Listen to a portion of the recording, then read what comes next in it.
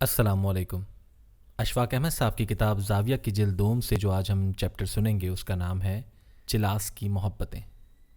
जूं जूं वक्त गुजरता जा रहा है पिछली बातें बड़ी शिद्दत, सफाई और जुज़वियात के साथ याद आती चली जा रही हैं, लेकिन खुदा का शुक्र है कि इनमें कोई ऐसी नाखुशगवार बात नहीं है। सिर्फ इस बात का इन यादों में ज़रूर एहसास पाया जाता है कि वो लोग और वो ज़माने जिसमें शफ़क़त और मोहब्बत और उन्स ज़्यादा था वो कहाँ चले गए और हम इस कदर क्यों मसरूफ़ हो गए। इसमें हमारी कोई ख़राबी नहीं है, बल्कि सारा चक्कर मसरूफ़ियात का है।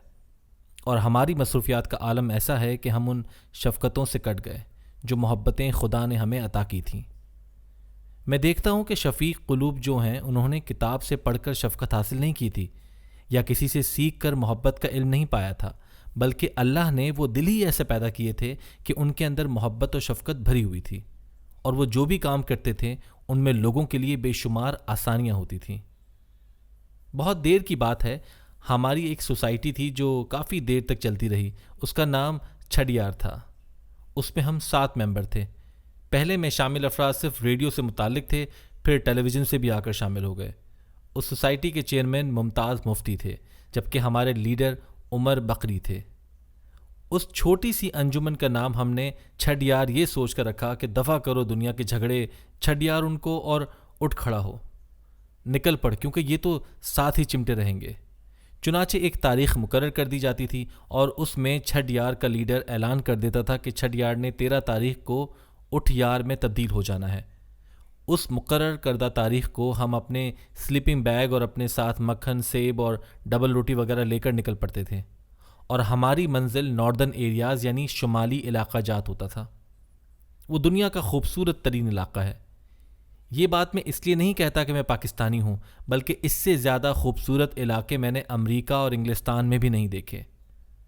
खुदा ने जाने किस तरह से उन हसीन वादियों को तरतीब दिया है और बनाया है। एक तरफ राकापोशी पहाड़ सीना ताने खड़ा नज़र आता है, तो दूसरी तरफ नागा पर्वत खड़ा है। एक बार जब हम इलाके में गए और एक जगह चाय पीने के लिए रुके, तो वहाँ 250 जर्मन मर्द, औरतें और उनके बच्चे चारपाइयाँ किराए पर लेकर बैठे हुए थे और किसी से बात नहीं करते थे। वहाँ उस बस अड्डे पर लोगों ने बताया कि ये नागा पर्वत देखने आए हैं। नागा पर्वत का हुस्न लफ्ज़ों में बयान नहीं हो सकता है। वो जर्मन सयाह 3 रोज़ से चारपाइयाँ किराए पर लिए बैठे थे और अपने सामने नागा पर्वत को मुसलसल देख रहे थे। ना खाना खाया, ना लेटे, बस चाय की एक एक प्याली पी और खुदा की अजीम कुदरत का नज़ारा करते रहे। हम वहाँ ये ज़रूर सोचते थे कि खुदा हमें भी ये तौफीक अता फरमाए कि हम अपनी चीज़ों को पसंद कर सकें और उनके करीब आ सकें। हम शाराए रेशम पर चल रहे थे और हमें शाम 5-6 बजे के करीब चिलास पहुँचना था। चिलास पहाड़ी इलाका है और काफ़ी ऊंचाई पर है। ये खूबसूरत इलाका है और उसके पहाड़ों के शगाफों में एक स्याह रंग की दवाई सलाजीत पैदा होती है। वो बहुत कीमती होती है। हमारे लीडर ने वहाँ रुकने का बंदोबस्त किया था और वहाँ एक स्कूल मास्टर के घर पर हमारे ठहरने का इंतज़ाम था। जब हम वहाँ पहुँचे तो शाम 5 बजे के बजाय हमें रात के 10 बज गए। इस देर की बाबत हम सब ने फैसला किया कि इतनी रात को किसी के घर जाना बुरा लगता है। चुनाचे एक साफ से पहाड़ पर, जिस पर एक अदद सरकारी बत्ती भी लगी थी, हम अपने बिस्तर खोलकर उस बत्ती के नीचे बैठ गए। बड़ी मज़ेदार हवा चल रही थी। वहाँ करीब ही पानी का एक नल था जो किसी बहुत ही खुशगवार चश्मे के साथ वाबस्ता था। हम वहाँ बैठे बातें करते रहे थे कि अचानक बहुत खौफनाक तूफ़ान चलने लगा। तेज़ हवा के उस तूफ़ान से अजीब तरह का डर लग रहा था। उस तेज़ हवा के सबब रेत भी उड़ने लगी। जिन लोगों ने चिलास देखा है उन्हें पता होगा कि वहाँ अगर तकरीबन 2 किलोमीटर का फासला तय करेंगे तो रेगिस्तान शुरू हो जाता है और पहाड़ों पर चलते हुए अचानक हद निगाह तक रेत देखकर अकल दंग रह जाती है। इस तेज़ तूफ़ान के साथ ही तेज़ बारिश भी होने लगी और ओले पड़ने लगे। हमारे पास प्रोटेक्शन के लिए कोई चीज़ या जगह ना थी। इस मौके पर हमारे लीडर उमर बकरी मरहूम ने कहा कि मास्टर साहब के घर चलना चाहिए। खैर, हमने उस अंधेरे और तूफ़ान में आखिरकार घर तलाश कर ही लिया। जब वहाँ पहुँचे तो मास्टर साहब परेशान खड़े थे और हमारा इंतज़ार कर रहे थे। उन्होंने बताया कि वो किसी के सोयम पर गए थे, लेकिन अपनी बीवी को इशारा देकर गए थे कि मेरे दोस्त आएंगे। उन मास्टर साहब की बीवी भी एक स्कूल टीचर थी। जब हम वहाँ बैठे बातें कर रहे थे तो वहाँ उस वक्त सख्त बादोबारा में एक 10-12 बरस का लड़का जिसका नाम अब्दुल मजीद था, वो अपनी बैसाखी टेकता हुआ आया। वो बेचारा टांग से माजूर था।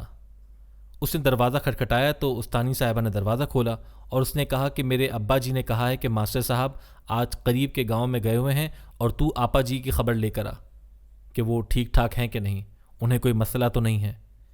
इस दौरान बारिश मज़ीद तेज़ होने लगी और ज़ालाबारी भी तेज़ हो गई।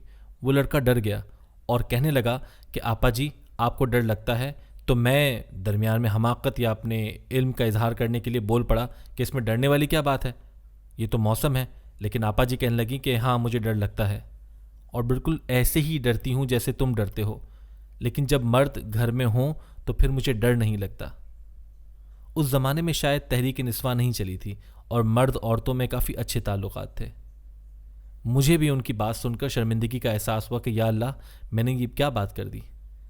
मैं अब महसूस करता हूँ कि उस आपा जी ने इतनी सी बात करके उस माजूर लड़के को एक पूरी शख्सियत अता कर दी थी और वो तगड़ा हो के कहने लगा कि अच्छा जी मैं अब जाता हूँ और अपने अब्बा जी को जाके बताता हूँ कि वो खैरियत से हैं।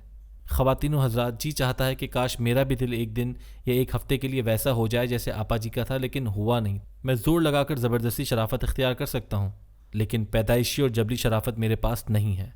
जब हम अगले दिन सफ़र कर रहे थे तो मैं अपने बचपन के बारे में सोच रहा था, जब मैं 5-6 बरस का था।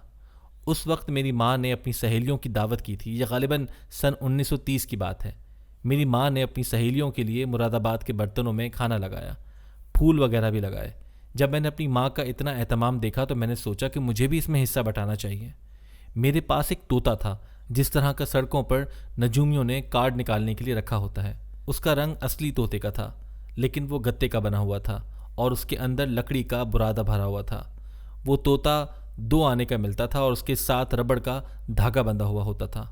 मैंने वो तोता लाकर वहाँ रख दिया जहाँ माँ ने तज़ीन व आराइश की हुई थी और जहाँ खाने का इंतज़ाम था। अगर शायद आज की समझदार माँ होती तो उस भद्दे से तोते को उठाकर फेंक देती और कहती कि तुम क्या बदतमीज़ी कर रहे हो। लेकिन वो ज़्यादा पढ़ी लिखी नहीं थी, वो सिर्फ माँ थी, उसे ममता के सिवा और कुछ नहीं आता था। उसने एक रकाबी को औंधा करके उसके ऊपर तोता रख दिया और जब उनकी सहेलियां आईं तो वो उन्हें बताने लगीं कि भाई ये तोता अशफाक का है, जो उसने खूबसूरती में इजाफा करने के लिए रखा हुआ है। उनकी सहेलियों ने भी उसकी तारीफ़ की। इतने बरस गुजर जाने के बाद मुझे ख्याल आता है कि वो शफीक दिल उनको कैसे मिल जाते थे। मेरी ये बड़ी हसरत है कि ऐसा दिल चाहे चंद रोज़ के लिए ही सही मुझे भी मिल जाए। जब मैं इटली में था तो मेरे एक दोस्त बाल्दी का भतीजा था, उसे कुछ टॉन्सिल्स की मुश्किल आई और उसका एक पेचीदा सा ऑपरेशन था। उससे हम हॉस्पिटल ले गए। मेरे उनके साथ फैमिली फ्रेंडशिप और गहरे ताल्लुकात थे। वो लड़का भी कहने लगा कि ये अशफाक अहमद भी मेरे साथ जाएं। उस लड़के के पास एक भालू था, वो उसने साथ पकड़ा हुआ था। उसका बाप कहने लगा कि ये भालू को छोड़ता नहीं है। मैं किसी तरीके से उसको उससे अलग करता हूँ, वो कोशिश करता रहा, लेकिन उसने उसे ना छोड़ा।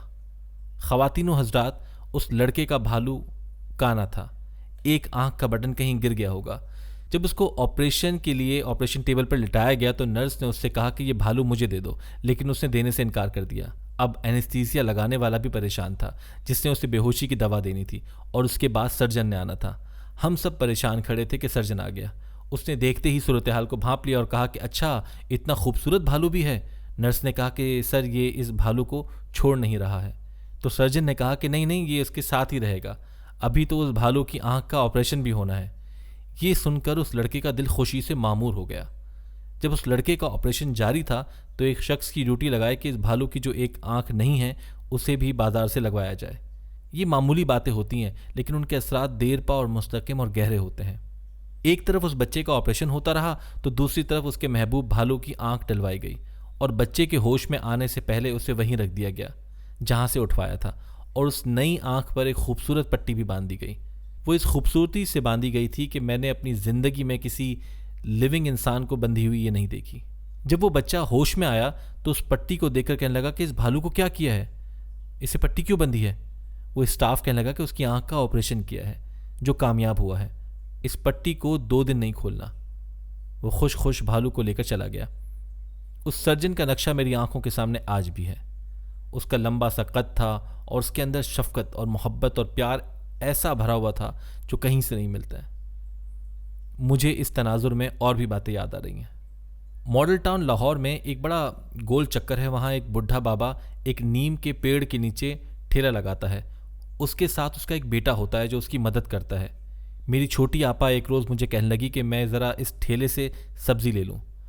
उस बुढ़े बाबे के लड़के ने आपा को कुछ गोभी, बैंगन और कुछ टमाटर बड़ी एहतियात के साथ दिए और आपा की पसंद और कहने के मुताबिक अलग अलग लिफाफों में डाल के वो रखता रहा। अब वो लड़का आपा जी के पर्स की जानिब देख रहा है कि वो उसे पैसे देंगी, लेकिन आपा एक चक्कर काट के उस लड़के के बाप की तरफ चली गई। गोई एक मामूली और आम सी बात थी, लेकिन लड़के के चेहरे के तासुरात क्या थे ये आप भी बखूबी जान सकते हैं। और कोई भी साहिब दिल जान सकता है कि उस बच्चे के दिल पर क्या बीती होगी, क्योंकि जिसने सर्विस की थी उस पर भी एतमाद किया जाना चाहिए था। इस बात का मेरे दिल पर बड़ा बोझ था, लेकिन मैं उस लड़के से ज्यादती को कंपनसेट कैसे कर सकता था। एक दिन मैंने अपनी बड़ी आपा के साथ गाड़ी में जा रहा था। ये उस वाक़ये से 3-4 माह बाद की बात है। आपा ने उसी ठेले को देखकर कहा कि रुको, इस ठेले वाले के पास तो कितनी बड़ी अच्छी स्ट्रॉबेरी और शहतूत हैं, वो ले लेते हैं। आपा ने ठेले वाले से कहा कि काले शहतूत ज़रा खट्टे होते हैं। उस लड़के ने कहा कि नहीं जी, ये बहुत मीठे हैं। वो शहतूत भी आपा ने ले लिए। आपा ने वो सारी चीज़ें अपने बहरेपन के बावजूद अच्छे अंदाज में ले लीं और उसे 50 रुपये का एक नोट दिया और साथ पूछा कि कितने रुपए हुए। उसने ऊंची आवाज़ में चीख कर कहा कि 18 रुपये और कुछ पैसे हुए हैं। और वो बड़ी आपा ने उस लड़के को ही पैसे दे दिए, क्योंकि उसी ने सर्विस की थी। उस लड़के ने फटाफट ठेले पर से रखी बोरी का पहलू उठाया और बकाया रेजगारी निकालकर आपा को दे दी। मैं यहाँ फिर दिल की और दिल में पिन्हा शफकत के उस खाने की बात करता हूँ जो खाना किसी किसी को ही नसीब होता है, यह हर एक के बस की बात नहीं है। आपा उसे कहने लगी, काका तूने तो कमाल कर दिया, फ़ौरन हिसाब करके पैसे दे दिए। मुझे तो काफ़ी वक्त लग जाता। तू बड़े कमाल का बच्चा है, ये तूने कहाँ से सीखा? तो उसने कहा कि जी हमारा तो ये रोज़ का काम है, अब्बा से सीखा है। ख़वातीन व हज़रात, बज़ाहिर ये छोटी छोटी बातें हैं जो नसीब वालों को मिलती हैं, लेकिन ऐसे लोग अब भी जगह जगह मिल जाते हैं। लेकिन हमारी मसरूफियात का ये आलम है और हमारे ऊपर बोझ इतने पड़ गए हैं कि हम अगर चाहें भी तब भी अपने दिल के उस पिन्हा खाने और दिल के बटवे को खोलकर उसमें झांक नहीं सकते। लेकिन अब वो खुलता नहीं है। और अब जब हमारा ताल्लुक़ शुमाली इलाका जा से टूट चुका है और हमारी कंपनी या हल्का अहबाब के बहुत से लोग इस दुनिया से रहलत कर चुके हैं और अब हम 2-3 बाकी रह गए हैं। ये प्रोग्राम अशफाक अहमद के इंतकाल के कुछ साल पहले रिकॉर्ड किया गया था और हम भी अकेले अकेले होते जा रहे हैं। ये बातें याद आती हैं और चिलास भी याद आता है। मैं चिलास के लोगों को मुबारकबाद देता हूँ और उनके लिए बड़ी दुआ करता हूँ। चिलास वालों ने हमें बड़ी खुशियाँ दी हैं, बहुत अच्छे मौसम अता किए हैं। जब भी उस इलाके से गुजरे उसने बड़ी मोहब्बतें अता की। इस रिश्ते से चलते हुए, पीछे आते हुए और उस नीम के दरख्त तक पहुँचते हुए जहाँ वो बाबा ठेले वाला और उसका बेटा अब भी रेडी लगा कर खड़े होते हैं, यकीनन अब भी वहाँ शफकत का मुजाहरा करने वाले लोग आते होंगे। लेकिन दिल में कुछ खौफ सा सिमट के आता है कि शायद अब ऐसे लोग कम होते जा रहे हैं। मेरी दुआ है कि अल्लाह आपको आसानियाँ अता फरमाए और आसानियाँ तकसीम करने का शर्फ अता फरमाए। आमीन। अल्लाह हाफ़िज़।